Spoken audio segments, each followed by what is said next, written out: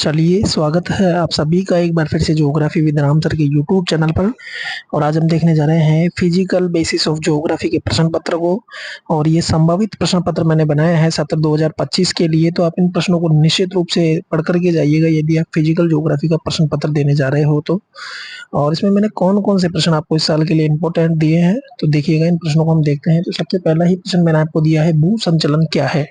आपको बताना है भू संचलन क्या है। इसमें आपको बहिर्जात बल है उनको बताना है, जिसमें रिवर है, विंड है, इसके अलावा पेरीग्लेशियर है, ग्लेशियर है, ये सभी बहिर्जात बल हैं। तो इनके जो अपर्दन और निक्षेपणात्मक के जो कार्य होते हैं उनकी आपको व्याख्या करनी है और भू संचलन के बारे में आपको बताना है।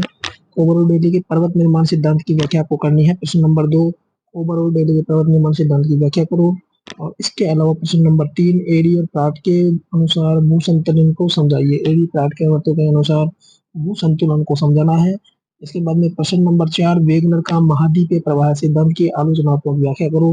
क्योंकि पिछली बार प्लेट टेक्टोनिक नहीं आया है, तो प्लेट टेक्टोनिक और प्रश्न नंबर वेगनर का महाद्वीपीय प्रवाह सिद्धांत का आलोचनात्मक वर्णन, ये प्रश्न इंपोर्टेंट बन रहा है, इस साल आ सकता है। इसके बाद में अगला प्रश्न मैंने आपको दिया है, प्रवाल भित्ति व उसके प्रकारों का वर्णन कीजिए। प्रवाल भित्ति में आपको 3 प्रकार प्रवाल भित्ति के बताने हैं, जिसमें ग्रेट बैरियर रीफ है, एटोल है और फिंगरिंग रीफ है। ठीक है, ये आपको ध्यान रखने हैं, एटोल और इसके अलावा है फिंगरिंग रीफ। और इसमें आपकी पहली है तटीय प्रवाल, दूसरी है अवरोधक प्रवाल जिसे गेट बैरियर रीफ है, और एटोल है। ठीक है, तटीय प्रवाल जो तट के पास में पाई जाती है, लगभग इसका जो स्थलीय भाग से सटी रहती है, लगभग कभी कभी ये स्थल भाग के बीच में अंतराल हो जाता है, छोटी लगुन का ये निर्माण करती है, जिसे बोट चैनल हम कहते हैं। अगर बात कर ली जाए अवरोधक प्रवाल की, तो ये पाई जाती है आपके ऑस्ट्रेलिया के ईस्ट पूर्व भाग में, ईस्ट भाग में ये पाई जाती है, पूर्वी भाग में।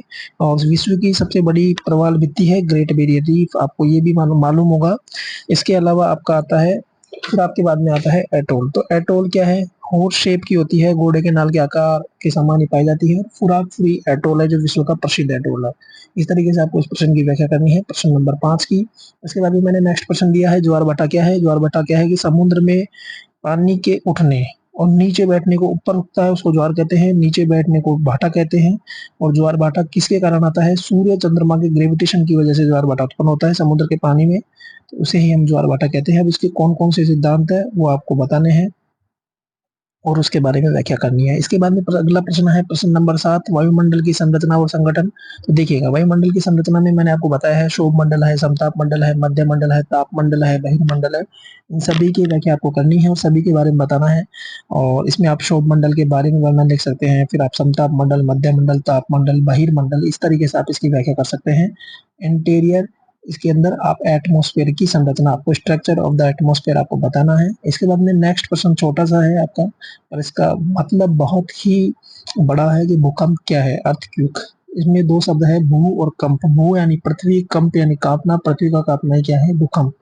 और जब पृथ्वी के अंदर प्लेटें आपस में टकराती है या प्लेटें दूर जाती है, तो उसकी वजह से पृथ्वी की क्रस्ट में क्या होता है, कंपन महसूस होता है, तो उसी को हम क्या कहते हैं, भूकंप। उसके बारे में आपको बताना है कौन कौन सी वेव होती है, पी वेव होती है, एस वेव होती है, एल वेव होती है, प्राइमरी, सरफेस और एल वेव, जिसे हम रिले वेव भी कहते हैं। और सरफेस वेव है वो बहुत ज्यादा विनाशकारी होती है। इसमें कौन कौन सी क्या है, इसका शेडो जोन क्या होता है, ये सभी आपको बताना है। इसके बाद में नेक्स्ट प्रश्न मैंने आपको दिया है, प्रश्न नंबर 9, उष्मा बजट क्या है। उष्मा बजट के बारे में आपको बताना है कि सूर्य से सबसे पहला प्रश्न बनता है उष्मा बजट। उष्मा क्या है, उष्मा यानी सूर्य से आने वाले तापमान और जाने वाले तापमान का जो बजट है, लेखा जोखा है, उसी को हम उष्मा बजट कहते हैं। सूर्य से कितना तापमान आता है, कितना तापमान जाता है। सूर्य से मान लीजिएगा 100% तापमान आता है, तो 27%, तो 27 जो प्रतिशत है वो बादलों के ऊपरी छोर से चला जाता है, कुछ एटमॉस्फेयर में इंटरेक्ट भी करता है, जिसको एटमॉस्फेयर में जो डस्ट पार्टिकल पाए जाते हैं, वाटर वेपर पाए जाते हैं, वो ऑब्जर्व कर लेते हैं। तो 48% जो एनर्जी है वो हमारे एटमॉस्फेयर में ही सर्कुलेट रहती है, जिससे हमारा वायुमंडल का पारिस्थितिक बना रहता है और हमारा वायुमंडल उससे चल पाता है। ठीक है, इसके बाद में नेक्स्ट प्रश्न मैंने दिया है, शीतोष्ण कटिबंधीय चक्रवातों की उत्पत्ति और दिशा का प्रवाह का अध्ययन। तो शीतोष्ण कटिबंधीय चक्रवात कहाँ कहाँ उत्पन्न होते हैं, तो आपको ये बताना है, और इनकी क्या क्या उत्पत्ति और क्या क्या दशाएं हैं उनके बारे में आपको वर्णन करना है। इसके बाद में मैंने दिया है नेक्स्ट प्रश्न, प्रश्न नंबर 11, वैश्विक पवन प्रणाली को समझाइए। इसमें हमको व्यापारिक पवन, ट्रेड पवन जिनको समझाना है। इसके अलावा वेस्टर रिलीज है और पोलर विंड है, तीनों को आपको बताना है और ग्लोब में आपको दर्शाना है। 30-35 से 60-65 डिग्री के मध्य चलने वाली और इक्वेटर की तरफ चलने वाली, इन सभी पोलर रीजन की तरफ चलने वाली एयरलाइन, ठीक है। इन सभी का वर्णन आपको करना है। इसके बाद में है महासागरीय निक्षेप क्या है। महासागर की तली में विभिन्न प्रकार के अवसाद मिलते हैं, उनके बारे में आपको वर्णन करना है और निक्षेपों के बारे में बताना है। अटलांटिक महासागर की जलधाराओं में आपको बहुत इंपॉर्टेंट जलधाराएं हैं, पूछी जाती है हर बार। मैं आपको थोड़ी बहुत बता देता हूँ, ब्रीफ इंट्रोडक्शन।